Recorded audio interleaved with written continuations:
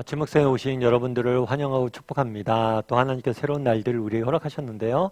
또 새로운 날에 걸맞는 새로운 은혜로 오늘 하루를 채워줄 줄 믿습니다. 오늘은 이삭을 번제로 드리다라는 제목을 가지고 창세기 22장 1절부터 19절까지 말씀을 좀 더 살펴봤으면 좋겠습니다. 우리 1절과 2절 말씀 같이 한번 읽어볼까요? 같이 읽도록 하겠습니다. 그 일 후에 하나님이 아브라함을 시험하시려고 그를 부르시되 아브라함아 하시니 그가 이르되 내가 여기 있나이다. 여호와께서 이르시되 내 아들 내 사랑하는 독자 이삭을 데리고 모리아 땅으로 가서 내가 내게 일러준 한 산 거기서 그를 번제로 드리라. 오늘 본문에 보면 그 일 후에라고 되어 있습니다. 그래서 이 그 일이 정확히 어떤 일이고 이것이 언제 일어난 일인지는 알 수 없어요. 다만 이걸 통해서 알려줄 수 있는 말은 뭐냐면 오랜 시간이 흘렀음을 우리는 알 수가 있습니다. 그런데 그 오랜 시간이 흐른 다음에 어떤 일이 있었을까요? 하루는 하나님이 아브라함을 부르셨어요. 부르셔서 뭐라고 이야기하냐면 내 아들, 내 사랑하는 독자 이삭을 데리고 모리아 땅으로 가서 뭐라고 했어요? 그를 번제로 드리라. 하나님께 나타나서 아브라함에게 이삭을 번제로 드리라고 명령하신 거예요. 특별히 오늘 본문에 보면 이렇게 됐죠. 내 사랑하는 독자 이삭. 그냥 내 아들이라고 표현하지 않고 내 사랑하는 독자 이삭이라고 표현했어요. 이걸 통해서 알 수 있는 건 뭘까요? 이게 아브라함에게 이삭이 어떤 존재였는지를 보여주는 거죠. 정말 이삭은 어떤 존재예요? 정말 사랑하는 독자. 제가 예전에 어떤 디자이너의 인터뷰를 한번 들어봤어요. 디자이너 인터뷰를 들어봤는데 이 디자이너 인터뷰를 쭉 삶의 이야기를 쭉 하는데 그중에 한번 그런 일이 있었대요. 아들이 고3 때 뇌출혈이 걸린 거예요. 사실은 뇌출혈은 나이가 많은 사람들이 많이 걸리는데 유전적으로 뇌혈관에 질환이 있는 사람들이 있는데 그런 경우에는 굉장히 활동적일 때 제일 인생의 전성기 때 그렇게 질병이 찾아온다고 그래요. 그러니까 고3 된 아이가 젊은 아이가 뇌출혈로 쓰러져서 어떻게 될지 모르니까 얼마나 부모 입장에 답답하겠어요. 기도하는데 그 기도밖에 안 나더래요. 하나님 어떻게 해? 주실 땐 언제고 이렇게 뺏어가냐고.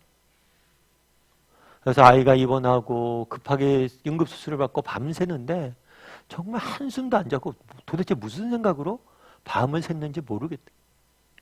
그렇지 않겠습니까? 부모에게 자녀는 어떤 존재? 정말 내 몸을 빼줘도 내 눈을 빼줘도 아깝지 않은 존재가 바로 누구예요? 자녀잖아요.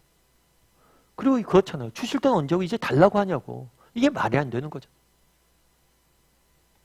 그럼 왜 이렇게 어렵게 주신 이삭을 번제로 드리려고 했을까? 왜 그날에 이렇게 이야기했을까? 사실 이방 종교들 중에서 그런 경우가 있습니다. 신에게 인간을 제물로 바치는 종교들이 있어요. 왜냐하면 신에게 인간을 바치면 신이 기뻐해서 우리에게 복 주신다는 믿음을 갖고 있는 거죠. 그런데 기독교는 전혀 그런 종교가 아니에요. 인신을, 사람을 제물로 원하는 종교가 아니에요. 그럼에도 불구하고 왜 그날은 사람을, 아들을 바치라고 했냐는 거예요. 그래서 오늘 본문에 보면 이런 표현이 있어요. 하나님이 아브라함을 뭘 하기 위해서? 시험하시려고 이렇게 됐어요. 왜 그러면 그날을 바치려고 했냐? 목적이 시험에 있다는 거예요. 이 시험이라는 단어는 테스트라는 단어예요. 그래서 조금 더 다르게 표현하면 훈련이나 연단이라는 뜻이에요. 아브라함을 훈련시키고 연단하기 위해서 이 시험을 허락하셨다는 거죠. 가끔 그런 이야기를 듣습니다. 목사님, 하나님은 전지하시잖아요. 예, 전지하시죠. 그러니까 모든 걸 다 아신다는 거잖아요. 아시죠? 그럼 아브라함이 이삭을 자신에게 바칠 걸 아셨어요? 몰랐어요? 아셨죠. 그런데 아셨으면 왜 시험하시냐는 거예요. 아는데. 사실 하나님은 전지하세요. 아브라함이 어떤 마음을 갖고 있고 어떤 믿음이 있고 어떤 상태인지 아셔요. 그런데 문제는 뭐냐면 하나님은 아시지만 누군 몰라요? 아브라함이 몰라요. 아브라함이 내 믿음이 얼마나 되는지 내가 어떤 상태인지 사실 우리는 몰라요. 내 믿음이 어느 정도인지 정말 인생에 고난이 닥쳤을 때나 어려움이 닥쳤을 때나 우리는 아는 거예요. 그날에 왜 시험을 허락하셨냐는 거예요. 하나님이 몰라서 허락하신 게 아니에요. 하나님은 다 아세요. 근데 누가 알아야 돼요? 아브라함이 알아야 돼요. 알고 아브라함이 성장해야 돼. 가끔 우리가 인생을 살다 보면 우리도 어떤 일이 있을 수 있어요? 이렇게 훈련하고 연단하는 시간이 있을 수 있습니다. 우리 인생의 어려움과 고난들이 닥칠 때가 있어요. 그랬을 때 우리가 기억할 것이 있어요. 그건 뭐예요? 이 모든 일의 주권이 누구에게 있다는 거예요? 하나님 손에 있다는 거예요. 그리고 하나님이 허락하셨다는 거예요. 그리고 허락하신다는 이유가 있다는 거예요. 이 시험과 어려움들을 통해서 우리를 뭐예요? 더 아름답게 빚으셔서 하나님께서 사용하실 것이다. 그런 믿음을 가져야 돼요. 그날 아브라함도 마찬가지예요. 그날 아브라함을 불러서 아들을 바치라고 그럽니다. 왜 바치라고 했을까요? 하나님은 사람을 받으시는 분이 아니에요. 하나님은 사람을 놀이기감 쓰시는 분이 아니에요. 왜 바치라고 했어요? 그건 한 가지예요. 아브라함을 더욱더 아름답게 다듬기 위해서, 더 아름답게 아브라함을 사용하시기 위해서. 아브라함이 자신이 어떤 믿음이 있는지 확인하고 그 믿음이 더욱더 귀하게 쓰임받게 하기 위해서 허락하신 거예요. 우리도 마찬가지라는 거예요. 여러분, 아놀드 토인비라는 분이 계세요. 아놀드 토인비라는 분이 계신데 이분은 굉장히 유명한 역사학자예요. 특별히 인류의 역사를 문명이라는 개념을 가지고 설명한 역사학자로서 이 아놀드 토인비는 인류 역사를 어떻게 이야기하냐면 도전과 응전의 역사였다. 도전과 응전의 과정이다. 라는 얘기를 굉장히 많이 해요. 그러면서 이 사람이 즐겨 쓰는 예화 하나가 있어요.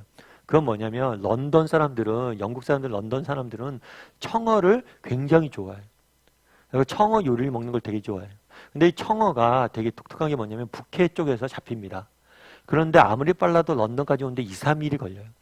그러다 보니까 아무래도 2, 3일 정도 걸리니까 청어의 신선도가 떨어지죠. 그런데 특이하게 어떤 런던에 있는 고깃집에서는 이 청어가 너무 신선한 거예요. 그래서 사람들이 묻는 거죠. 아니 어떻게 이렇게 청어가 신선하냐고. 그랬더니 그 사람이 뭐라고 얘기하냐면 북해에서 청어를 이렇게 잡아올 때 그 사이에 뭘 넣냐면 숭어를 한두 마리 넣는데요. 그럼 숭어가 어떻게 될까요?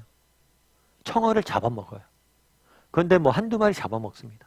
그런데 이 숭어가 다니니까 뭐예요? 나머지 청어들이 이 숭어에게 안 잡혀 먹으려고 끊임없이 움직이는 거예요.